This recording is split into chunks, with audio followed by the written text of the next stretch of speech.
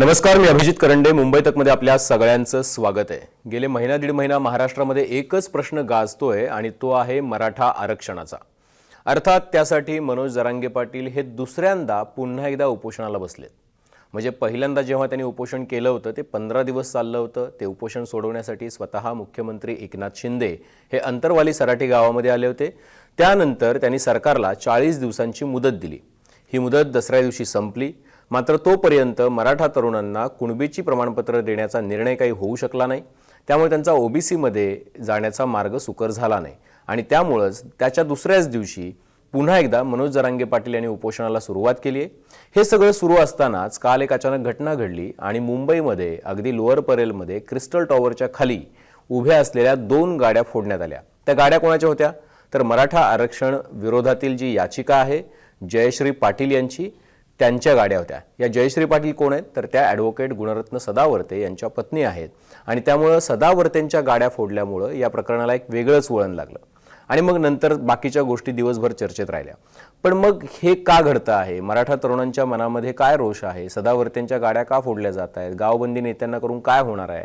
या सगळ्या प्रश्नांची उत्तरं घेणं हे फार गरजेचं आहे आणि म्हणूनच आपल्यासोबत आज आहेत वीरेंद्र पवार, जे मराठा क्रांती मोर्चाचे मुंबईतले समन्वयक आहेत, नेते आहेत. त्यांनी गेल्या वेळेला सुद्धा मोठं आंदोलन उभं केलं होतं आणि मुंबईतल्या आंदोलकांचा समन्वय त्यांच्याकडे आहे. वीरेंद्रजी, पहिला तर मुद्दा असा आहे की ह्या गाड्या फोडण्यामागे कोण आहे आणि ह्या गाड्या का फोडल्या? नाही, पहिली गोष्ट एक तुमचा शब्द खोडावा लागेल की तुम्ही ॲडव्होकेट्स गुणवंत सदावर्ते म्हटलंय, पण त्यांची सनद रद्द आहे आता. त्यामुळे 2 वर्षासाठी तरी पुढील 2 वर्षासाठी ते ॲडव्होकेट नाही, ते फक्त एक गुणवंत सदावर्ते राहिलेले. जर तुम्ही कालची जी घटना म्हणाल तर त्या घटनेचा आम्ही पहिल्यांदा निषेधच केला. आम्ही कुठेही समर्थन त्या घटनेचं केलं नाही आणि अशा प्रकारच्या घटनेचं यापुढेही आम्ही कधी समर्थन करणार नाही. आणि मुलांना, जी मुलं अशी कृत्य करतात त्यांना देखील आम्ही विनंती केली होती त्याचवेळी की अशा प्रकारची कृत्य करू नका. कारण जी आपली मेन मुवमेंट चालू आहे, जो फोकस आपला एका माणसावरती ठेवला आहे, तो जर फोकस आपण 4 ठिकाणी वर्ग केला तर मग आपली मागणी 4 तुकड्यामध्ये फोडायला हे राजकारणी लगेच त्याच्यामध्ये उतरतील आणि आपले 3-13 वाजवतील. त्यामुळे ज्यावेळी एखादं जर मोठं आंदोलन चालू असेल तर त्या ठिकाणी कधीही कोणी अशी कृत्य करून ते बायफोकस करून देऊ नका. कालची जी घटना झाली त्याच्यामध्ये जी मुलं होती ते आपलाच साबळे म्हणून जे होते, जे संभाजीनगरमधनं आले होते, त्यांच्याबरोबर त्यांचे कार्यकर्ते होते, सहकारी होते.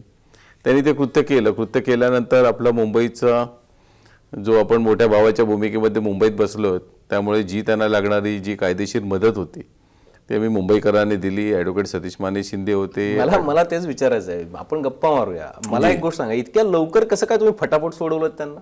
नाही, सोडवण्यासाठी मी पण वकिलीचा अभ्यास केलेला आहे, LLB झालेलो आहे. त्यामुळे कुठले गुन्हे लागू शकतात, काय करू शकतात, त्यांनी कुठल्याही माणसाला हानी पोचवलेली नव्हती, अशा प्रकारचे स्वरूप की त्यांनी भीतीचं वातावरण नव्हतं निर्माण केलं. त्यांनी त्याचा रोष व्यक्त केला होता. रोष व्यक्त करू शकतो माणूस. जर एका माणसाला आपण प्रत्येक वेळी जर वेगवेगळ्या शिव्या दिल्या, काय दिलं, कधीतरी तो त्याचा सूड घेणार. मग त्याला आपण त्याचं कृत्य जे आहे ती त्याची चूक आहे ती त्याला सांगू शकतो आणि ती सुधरू शकतो.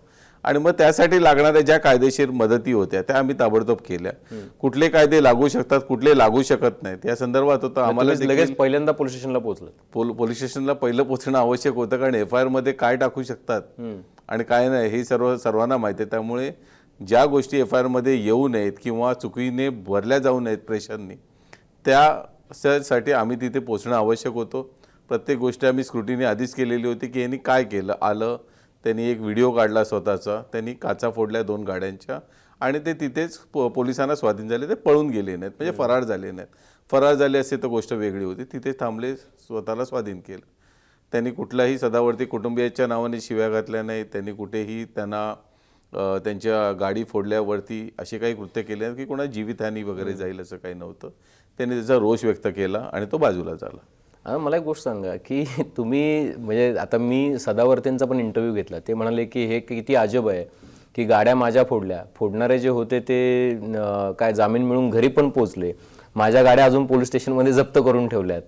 तर तुम्ही ज्या वेगानं या सगळ्या हालचाली केल्या, तर मला असं वाटतं की या मुलांच्या मनामध्ये दुसरा प्रश्न असा आहे की एवढा राग काय सदावर्तेंबद्दल, काय प्रॉब्लेम आहे सदावर्तेंचा? ते कायद्याच्या चौकटीत लढतात असं त्यांचं म्हणणं आहे. माझंही तेच म्हणणं होतं की ते कायदेशीर ज्यावेळी चौकटीत लढतात किंवा कोर्टामध्ये त्यांची बाजू मांडतात, आम्ही देखील कोर्टामध्ये बाजू मांडतो, त्याच्याबद्दल काहीच चूक नाही. त्याचा संविधानिक अधिकार आहे, ते करतायत, त्यालाही आमचा कुठे विरोध नाही. आम्ही त्यांना संविधानिक उत्तर कोर्टामध्ये देतो. पण तुम्ही कोर्टाच्या बाहेर आल्यानंतर तुम्ही कोर्टाच्याच वेशभूषेमध्ये मराठा समाजावरती गरळ ओकणं, बरं तुम्ही आमची काय चुका आहेत तर सांगा, आम्ही सुधारू त्या चुका. पण तुम्ही ज्या पद्धतीने आम्हाला हीण वागणूक देतात, आजही तसंच झालं की तुम्ही पाटील, आम्ही हे ते, असं नाही चालत. आता हे आपण त्या युगात नाही राहिलेलो, साम्राज्यशाही संपलेली आहे, आता सर्व आपण लोकशाही चालू आहे.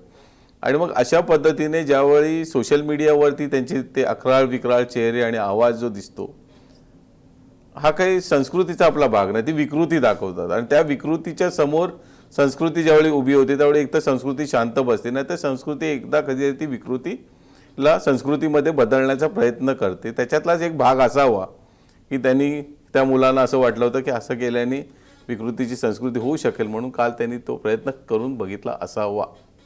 पण आता त्या गाड्या फोडून किंवा एका प्रकारे हे शांततेने चाललेलं आंदोलन आहे. 58 मोर्चे निघाले त्यावेळेला मला असं वाटतं की एक दगड काय, एक साधी काडी सुद्धा कोणी उचलली नाही. खरं. आता सुद्धा मनोज जरांगे पाटील म्हणतात की आमचा शांततेचा लढा आहे आणि हा सरकारला झेपणार नाही. अशा वेळेला जर असे त्याला गालबोट लागलं त्या शांततेला, तरी त्याचा निश्चितपणे नकारात्मक परिणाम अशा पद्धतीच्या आंदोलनांवरती होत असतो. तर हे जे साबळे आहेत ते तर अशा आंदोलनासाठी फेमस आहेत. त्यांनी स्वतःची गाडीच जाळली होती आधी, आपण बघितलंय की त्यानंतर पैसे उधळले होते एका कार्यालयाच्या बाहेर की कुणी लाच मागितली असा आरोप करून. तर या सगळ्यामुळं ही स्टंटबाजी आहे का हा रोष आहे? कारण लोकांना मग कळायला लागतं की तुम्ही सततपणे एकसारख्या घटना जर करत असाल तर मग एका प्रकारचा तुमचा रोष कुठला आणि तुम्ही काहीतरी प्रसिद्ध होण्यासाठी म्हणून या सगळ्या गोष्टी करताय का, असा पण संशय येऊ लागतो. नाही, साबळेला काल सोडवल्यानंतर मी त्याला तेच सांगितलं की बाबा, मुंबईकर म्हणून मी माझी भूमिका बजावली, पुढच्या वेळी मुंबईत येशील तेव्हा कुठल्या तरी चांगल्या कामासाठी ये, अशी काही कृत्य करून मुंबईमध्ये येऊ शकत नाही. एका मोठ्या भावाच्या भूमिकेमध्ये मी त्याला समजवलं म्हणजे मी माझ्या समाजातील बाकीच्या मुलांना देखील ते आपलं जे हे असतं की लहान मुलांना समजवणं, ते मी प्रयत्न केला. उलट होईल ना पण वीरेंद्रजी, त्यांना काय वाटेल माहितीये का, मुंबईत येऊन काही जर केलं ना तर वीरेंद्र पवार आहेत ते आपल्याला 4-5 तासात सोडवतात, लगेच आपण घरी जाऊ शकतो, असा मेसेज जाईल त्यातून. नाही, त्याच्यातनं म्हणजे आपल्या पोरांना गुन्हेगार देखील आपण करणं देखील योग्य नाही, कारण आम्ही परिस्थितीचे मारक लोक आहोत. कोण मुद्दामून किंवा मराठी आहेत म्हणून आम्ही अशा प्रकारचे कृत्य करतो असं होत नाही. आज 40 वर्ष चाललेली लढाई आहे, कित्येक वर्ष आम्ही लढतोय. आम्ही मोर्चे काढले, निदर्शनं काढली, आत्महत्या पाहिल्या, अजूनही आत्महत्येचे सत्र बाकी आहे. लांबचंच नाही तर मागच्या शुक्रवारी आपणच आपल्या बँड्राला काय झालं तो प्रकार बघितला. असा प्रकार झाला की तो बघवतही नव्हता, आम्ही कुठेही दाखवू शकत नव्हतो. एक औरंगाबाद त्या संभाजीनगरमधून आलेला कावळे जे होते त्यांनी जो प्रकार आत्महत्या केली, समाजासाठी करते, त्याच्यानंतर काल पुन्हा 2 झाल्या. त्यामुळे हे सर्व परिस्थितीला मारक असल्यामुळे ती जी एक नैराश्य जे समाजामध्ये पसरलेलं आहे ना, ते नैराश्य जर दूर झालं नाही तर आतापर्यंत चाललेल्या आत्महत्या होत्या ते आत्मघाती होऊ नये ह्याच्यासाठी आम्ही नेहमी बोलत असतो की आतापर्यंत आत्महत्या चालल्या म्हणजे काय, मी माझ्या जीवाचं बरं वाईट करतोय, पण उद्या ते जर आत्मघाती जर झाले, कारण जर मला काही मिळत नाहीत आणि मी मरून देखील काय मिळत नाही, तर मग मी दुसऱ्याला नुकसान करून मी मरू शकतो. पण तुम्ही फार गंभीर बोलताय. हा, पण आहे, ही फॅक्ट आहे ना. जर दिवसाला जर 2-2 आत्महत्या होत असतील तर ते समाजाचे आम्ही जे लोक काम करतो आम्ही करायचं काय? मग एकतर आम्हाला काम बंद करून टाकायला लागेल किंवा आम्हाला करायचंच नाही समाजाचं काम. मी परवा जारंगेंना देखील बोललो फोन करून की साहेब, अशीच जर पद्धत राहिली तर आम्ही काम नाही करू शकत पुढे, कारण आम्ही देखील माणूस आहोत. रोज रोज बॉड्या उचलायला आम्ही नाही बसलेलो इथे, आणि रोज रोज त्या मंत्र्यांकडे जाऊन आम्हाला 50 लाख आणि नोकऱ्या द्या या मागायला, भीक मागायला आम्ही नाही बसलेलो. बोला, आमची देखील काय मानसिकता आहे, किती लोकांच्या आम्ही आतापर्यंत म्हणजे शव उचलायची, आणि हे न थांबणारं गोष्ट आहे. त्यामुळे कुठेतरी एक टाइम बाउंड लवकरात लवकर या गोष्टी, नाहीतर कसं होणार आहे, रोज मरतात. आमच्याकडे लगेच जीव द्यायला तयार आहेत. म्हणजे आम्ही पहिल्यांदा बोलायचो, फक्त बोलण्यासाठी असायचं, अरे तुझ्यासाठी जीव देऊ. आम्ही चळवळीमध्ये 60-70 संख्या आली आता, ती वाढते रोजच्या रोज. आणि जर ही जर थांबवता येत नसेल तर मग आम्ही करायचं काय, मग कशासाठी काम करायचं? ही जी आमच्यामध्ये जी एक ही येते भावना येते की आपण काम करतोय. घरातले विचारतात, का रे 2 आत्महत्या झाल्या, काय उत्तर द्यायचं?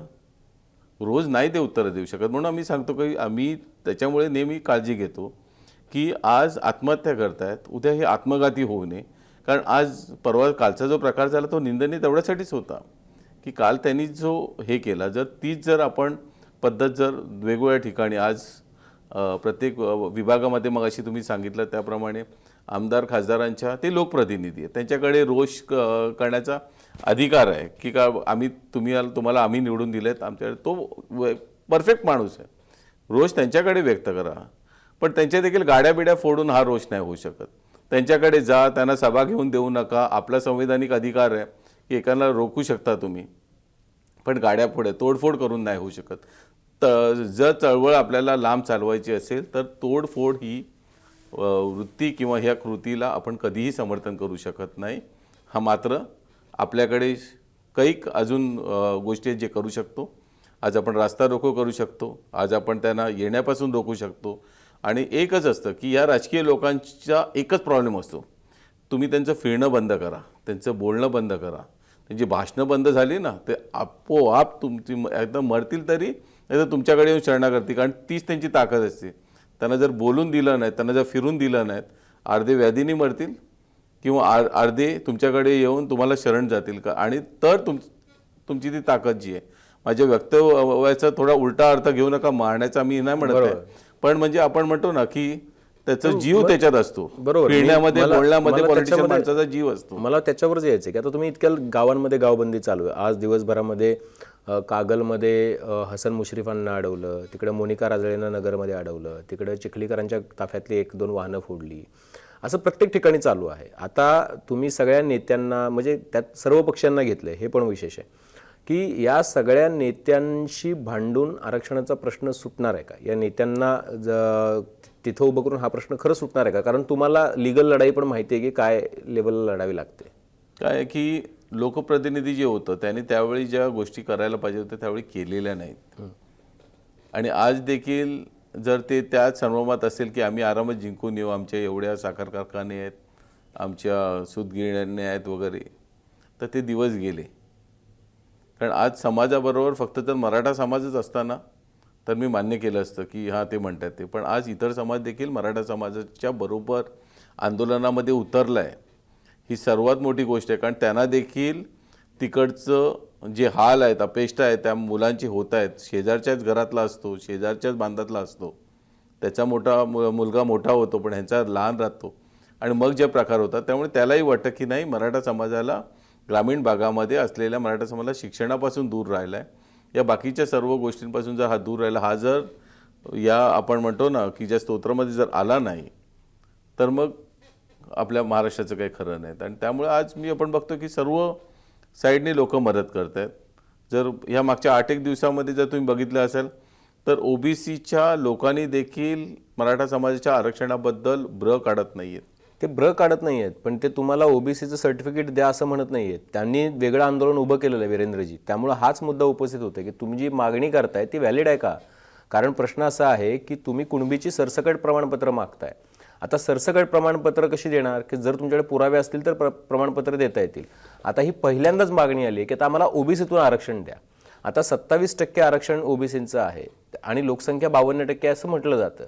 ठीक आहे, आता त्याच्यामध्ये जर अजून 32% समाजाला आरक्षण दिलं ओबीसीमधून तर तो 84% समाज होईल की ज्याला 27% आरक्षण असेल. त्यांचं म्हणणं असं की आमचंच आम्हाला नीटचं मिळत नाही आहे. ते म्हणतात की आम्हाला 19% मिळते, तर आम्ही तो अजून कोणाला कसं काय सामावून घेणार? म्हणजे आमचं पोट भरत नाही आहे तर आम्ही इतरांना कसे काय आमची भाकरी देणार?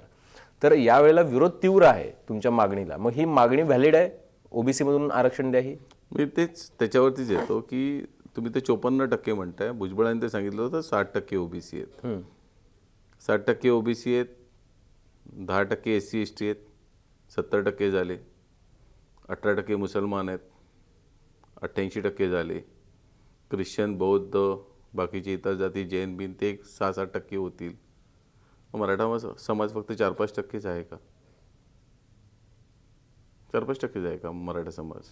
की आमचे जे लढायला गेले होते अटकेपर्यंत ते तिथेच राहिलेत, मराठा इथे परतच आले नाही. चुकीची आकडेवारी त्या लोकांनी सांगितलेली आहेत. तीच पहिली गोष्ट आहे की ज्यावेळी भांटिया आयोग तुम्हाला ज्यावेळी तुमचं निवडणुकीमधलं आरक्षण रद्द केलं गेलं आणि बांटी आयोगाने तुमचं क्वांटिफायबल डेटा बनवला, तो तुम्ही याच ओबीसी नेत्यांनी सबमिट केला. हेच भुजबळ, हेच तायवाडे, हेच वडेट्टीवार, हेच मुंडे, आव्हाड वगैरे जे कोण असतील ते सर्व. त्याच्यामध्ये सांगितलं आहे ओबीसी 37% आहे. मागच्या वर्षीचा अहवाल आहे तो तुम्हीच जाऊन दिलात. मग 56% आणि 60% आज एकदम लगेच तुमचे वाढले. मग तो रद्द करा, मागे. आणि जेव्हा तुमची क्वांटिफायबल डेटा जी जनगणना होईल, तुम्हाला जातीनिहाय पाहिजे ना, जातीनिहाय काढा आणि मग बघा तुमची जात केवढी आहे ती. त्यामुळे चुकीचा डेटा दिल्यानंतर जी खडाजंगी झालेली आपण ऐकली ती त्याच्यावरनंच झाली की चुकीचे डेटा दिल्या गेलं, चुकीच्या डेटावरती भाष्य केले. तुमचं 37% तुम्ही मान्य केलं, तुम्ही सुप्रीम कोर्टामध्ये तो सादर केलं, तुम्ही तुमचं आरक्षण पूर्ववत केलं, राजकीय आरक्षण तुम्ही तुमचं पूर्ववत केलं. म्हणजे त्याच्या 50% म्हटलं तर 18.5% तुमचं आरक्षण होतं.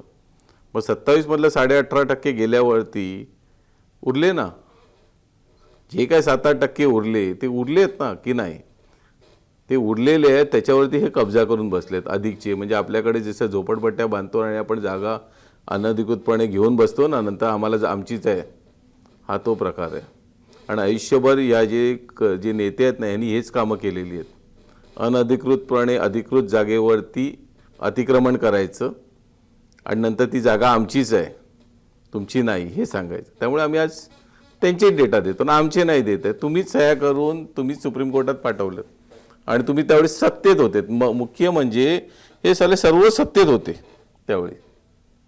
भुजबळ सत्तेत होते, वडेट्टीवार सत्तेत होते, नाना पटोळे सत्तेत होते, आव्हाड सत्तेत होते. जे ओबीसी नेते आहेत, जे म्हणतात स्वतःला ओबीसी नेते, ते सर्व सत्तेत होते. मग तुम्ही का त्यावेळी ॲक्सेप्ट केलं? तुम्ही त्यावेळी रिफ्यूज करायला पाहिजे होतं. नाही आमचे 60%, मग 60%च घ्यायला पाहिजे होते. 30%ची फिगर जायला पाहिजे होती, मग का नाही दिली? परंतु दुसरा हा पण प्रश्न आहे ना की एकीकडं ह्या सगळ्या नेत्यांनी ही एक लाईन घेतलेली आहे की तुम्ही काय 52% ओबीसींच्या ताटामध्ये तुम्ही अजून एक वाटा करू शकत नाही. 52% नाहीच आहेत ना, आम्ही तेच सांगतो ना, ते 52% नाही आहेत. ते तुमचा दावा आहे की ते 52% नाहीये. ना, माझा नाहीये. कोर्टामध्ये त्यांनी सबमिट केलेले डॉक्युमेंट सांगतात, माझा नाहीये दावा. अच्छा, कोर्टामधला दावा आहे. आता दुसरीकडे मग भाजपचे नेते आहेत, ते मात्र मग जागर यात्रेला झेंडा दाखवतात. मग तिकडे फडणवीसांनी झेंडा दाखवला, ते त्याच्या समारोपाला गेले आणि समारोपाच्या भाषणात म्हणाले की जो ओबीसी की बात करेगा वही देश पे राज करेगा. बरोबर, आम्ही ओबीसीच आहोत ना. आम्ही ओबीसी, आम्ही तेच सांगतोय ना साहेब. ते आमच्या जीवावरतीच त्यांनी ते स्टेटमेंट केलंय की मराठा हा ओबीसी मध्ये येणार, आम्ही आणणार. आणि म्हणून ते बोलतात जो ओबीसी की बात करेगा वही राज करेगा. त्यांनी आमच्या जीवावरतीच ते सांगितलंय, दुसरं कशावरती देऊ शकत नाही. मग ते असे नाही बोलले ना ह्याच्यामध्ये आम्ही मराठा जोडत नाही म्हणून. आणि ज्या ओबीसीचं जी गोष्ट करताय त्याच्यामध्ये ऑलरेडी मराठा कुणबी मराठा म्हणून मराठा समाज आहे त्याच्यामध्ये, त्या ओबीसीमध्ये. आज काही कसे तुम्हाला IAS IPS ऑफिसर जे मुंबईमध्ये महाराष्ट्रामध्ये दिसतात, काही आमदार खासदार मंत्री दिसतात साहेब, ते मराठा ज्यावेळी सांगतात त्यावेळी फक्त ज्यावेळी तुम्ही त्यांच्याकडे सर्टिफिकेट मागाल ना, तेव्हा साहेब कुणबी मराठा किंवा मराठा कुणबीच येणार किंवा कुणबी मिळेल त्यांच्याकडे. पण बघा, आता तुम्ही म्हणताय की ते म्हणतात की तुम्हाला ओबीसी पकडूनच त्यांनी वक्तव्य केलंय, पण ते म्हणतात की आम्ही मराठा समाजाला आरक्षण देणार पण ओबीसीना धक्का न लावता, असं त्यांनी स्पष्ट सांगितलंय. दुसरी गोष्ट, मुख्यमंत्र्यांनी शिवरायांच्या प्रतिमेसमोर शपथ घेतली, पण त्याही वेळेला त्यांनी सांगितलं की कुणालाही धक्का न लावता, म्हणजे ओबीसीचं आत्ताचं जे आरक्षण आहे त्याला धक्का न लावता असं त्यांना म्हणायचंय. आज म्हणायचं नाही, म्हटलं नाही त्यांनी. तुमच्या आधी ज्यांचा इंटरव्ह्यू झाला ते शंभूराज देसाई, ते उपसमितीमध्ये आहेत, मराठा समाजाच्या आरक्षण उपसमितीचे नेते आहेत. ते पण म्हणाले की मी कुलस्वामिनीची शपथ घेतो. ठीक आहे, पण ते पण म्हणतायत की आम्ही कुणालाही धक्का न लावता टिकणार आरक्षण. हे जे धक्का न लावताय, तो धक्का न लावता मिळणार कसं हे तर सांगा. ते त्याच्या आम्हाला धक्का न लावता ते असे गॅप करून देणार आणि सांगणार आतमध्ये जा, धक्का नाही लावणार. कारण कसं आहे की ते जे म्हणतायत, चला मान्य केलं त्यांना आम्हाला धक्का आम्हाला कुणाला धक्का लावण्यामध्ये काही इंटरेस्ट नाही. कधी कुणाच्या ताटातलं समाजाने खाल्लं नाही, स्वतःचं ताट मात्र प्रत्येक वेळी पुढे केलेलं आहे. शिक्षणाच्या बाबतीमध्ये देखील आमच्याकडे ज्यावेळी ह्या प्रश्न विचारले जातात की तुमच्या एवढ्या शिक्षण संस्था आहेत का नाही, आम्ही अगदी छाती ठोकपणे मी सांगतो, होय मराठा समाजाने आपल्या जागा दिल्या, आपल्या पैशातनं शिक्षण संस्था उभ्या केल्या, त्याच्यामध्ये मराठा मंदिर असेल, मराठा शिक्षण परिषद असेल, आपली सर्वात मोठी मराठा विद्याप्रसारक मंडळं असतील जी नाशिक, जळगाव या भागामध्ये बघायला मिळतात, भाऊराव पाटलांची रयत शिक्षण संस्था असेल, या सर्व ठिकाणी मराठा समाजाने आपल्या शेतीतल्या जागा या शिक्षणासाठी दिल्या. पण शिक्षण देतेवेळी त्यांनी हे नाही बघितलं की माझ्या मराठा समाजाच्याच लोकांसाठी मी शिक्षण देतो. त्यांनी शिक्षण देतेवेळी त्या गोरगरीब जनतेला, त्या दलित मुलाला किंवा त्या वस्तीवरती जाऊन मुलांना उचलून तिथे आणून शिक्षण दिलं. त्यामुळे आज महाराष्ट्र सुसंस्कृत घडला. त्यावेळी त्यांनी कधीही हे पाहिलं नाही की मी माझ्या पैसे खर्च करून इतर समाजातल्या माणसाला का शिकवू. आणि आज परिस्थिती अशी आली आहे की आमच्याच मराठा समाजातील मुलांना शिक्षणासाठी दरदर फिरावं लागतं, कारण त्याच्यासाठी जे निघालेले शासन निर्णय होते, जातनिहाय तुमच्या ज्या आरक्षणाच्या शिक्षणामध्ये पडलेल्या ज्या अटी होत्या, त्यामुळे आमची शिक्षण संस्था असून देखील मी उद्या माझ्या मुलांना त्या शिक्षण संस्थेमध्ये ॲडमिशन देऊ शकत नाही, जरी मी त्या शिक्षण संस्थेचा चेअरमन असेल तरी. ही परिस्थिती आहे आमची. पण आता आपण कायद्याच्या भाषेमध्ये बोलतोय की हे इमोशनल सगळ्यांचे आहेत आणि सर्वांनाच वाटतंय की कुठल्याही गोरगरीब व्यक्तीला तो फक्त केवळ कुठल्या तरी जातीचा आहे म्हणून तो शिक्षणापासून वंचित नाही राहिला पाहिजे आणि नोकरीच्या संधीपासून पण वंचित नाही राहिला पाहिजे. आता मुद्दा असा आहे की सुप्रीम कोर्टाने ज्यावेळेला आरक्षण नाकारलं त्यावेळेला सुप्रीम कोर्ट म्हणालं की तुमचा समाज जो आहे तो सामाजिकदृष्ट्या मागास, सोशली बॅकवर्ड आहे हे सिद्ध होत नाही. आणि ते सिद्ध न होण्याची कारणं अशी आहेत की तुमचं जे राजकारणामधलं प्रतिनिधित्व आहे, तुमचं जे नोकऱ्यांमधलं प्रतिनिधित्व आहे, सरकारी नोकऱ्यांमधलं, तुमचं प्रायव्हेट नोकऱ्यांमधलं जे प्रतिनिधित्व आहे, तुमचं राहणीमान जे आहे, आता तुम्हाला माहिती आहे त्याचे काय काय निकष आहेत, त्या सगळ्या निकषांमध्ये तुमचा समाज हा पुढारलेला दिसतो आणि त्यामुळे तुम्ही सोशली बॅकवर्ड आहे हे दिसत नाही. आता तुम्ही सोशली बॅकवर्डनेस जर आपला सिद्ध झाला नाही, हे तर कुठल्याही सरकारला करावं लागेल आणि तो जर सुप्रीम कोर्टाने मान्य केला नाही तर आरक्षण मिळू शकत नाही. हा सोशली बॅकवर्डनेस आपण सिद्ध कसा करणार, त्याचा काही मार्ग आहे का? सांगतो सर. ज्यावेळी गायकवाड समितीने आपला अहवाल दिला आणि आपल्या हायकोर्टामध्ये आला, त्यावेळी सर्व गोष्टींवरती तिथे पूर्ण चर्चा झाली, त्याचे निष्कर्ष ठेवले गेले आणि त्यानंतर मुंबईमध्ये जे जस्टिस मोरेच्या अंडरही झालं, त्यांनी 12 आणि 13% आरक्षण मराठा समाजाला शिक्षणामध्ये आणि नोकरीमध्ये दिले. आता सोशल बॅकवर्डनेस जो आहे हा मराठा समाज जवळपास 32% महाराष्ट्रामध्ये आहे, म्हणून प्रत्येक वेळी आरक्षण देतेवेळी 16%च्या आसपास दिलं गेलं. 32% म्हणजे 1/3 पॉप्युलेशन आहे, म्हणून आम्ही सर्व ठिकाणून जास्त तुम्हाला संकेत दिसतो. इथे मराठा, इथे मराठा. 32% आहे, 1/3 आहे, तो दिसणारच ना. सोशल बॅकवर्डनेस आणि इकॉनॉमिकल बॅकवर्डनेस या दोन गोष्टी अशा आहेत की इकॉनॉमिकल बॅकवर्डनेसवरती आरक्षण मिळत नाही. आता EWS ओपन केलेलं आहे. सोशल बॅकवर्डनेस म्हणजे शेवटी काय, आणि सोशल बॅकवर्डनेसच्या ज्या पॅरामीटर्स होत्या त्या ऑलरेडी आपल्या गायकवाड कमिटीमध्ये ठेवण्यात आलेल्या होत्या. मात्र ज्यावेळी सुप्रीम कोर्टामध्ये सुनावणी चालू होती त्यावेळी कुठेही त्याचं प्रॉपर प्रेझेंटेशन झालंच नाही साहेब. मी त्याला अगदी पुराव्यानिशी सांगतो की प्रत्येक वेळी कोर्टाचे जे निष्कर्ष असे किंवा ज्यावेळी डिस्कशन व्हायचे तर कोर्ट नेहमी हे बोलायचं, we are not talking about the merits of the reservation and we are not talking about the committee report, we are talking about the petition. पण ज्यावेळी आरक्षण रद्द केलं गेलं त्यावेळी 102वी घटना दुरुस्ती, ज्याच्यामध्ये राज्याला अधिकार नाही, हे मध्येच एक आमच्यासाठी एक मोठं शॉकर होतं. त्याच्यानंतर 3-2नी आमचं आरक्षण रद्द झालं, 5-0नी नव्हतं झालेलं. सामाजिक मागासलेपणाची व्याख्या जी मांडली गेली त्याच्यामध्ये मुख्यमंत्री, आमदार, खासदार साहेब आम्ही त्यांच्यासाठी नाही लढत आहोत, आम्ही आमच्या गोरगरीब मराठ्यांसाठी लढतोय. जे परवाच्या दिवशी जर तुम्ही बघितलं असं जालन्यामध्ये तिथे आमदार खासदार नव्हते ना, गोरगरीब समाज होता, त्याच्यासाठी आम्ही तिथे आलेलो होतो. आम्ही त्या लोकांचं बोलतोय. आम्हाला या नेते लोकांचं काही घेणं देणं नाहीये, पण तुम्ही त्यांना पोर्ट्रे करता, त्या साखर कारखानदारांना पोर्ट्रे करता. पण एक नंतर दुसरी एक गोष्ट लक्षात घ्या की हा आपला सहकार क्षेत्र आहे महाराष्ट्रातला, हा संपूर्ण फक्त मराठा समाजाचं शेत ऊस नाही घेत, तिथे सर्व जाती जमातीचे ऊस घेतात आणि गरीब एकत्र होतो. या महाराष्ट्रातला जो ऊस तुम्ही जर जातीने आहे जर उद्या बाहेर काढायला लागलेत तर गरीब हंगामाची काय परिस्थिती होईल जरा विचार करा. त्यामुळे तेच आहे, तेच हा महाराष्ट्र आणि तेच महाराष्ट्राचं रसायन आहे की आपण सर्व एक आहोत. मला परवाच्या दिवशी शिंदे साहेबांचं एक भाषण चांगलं आवडलं.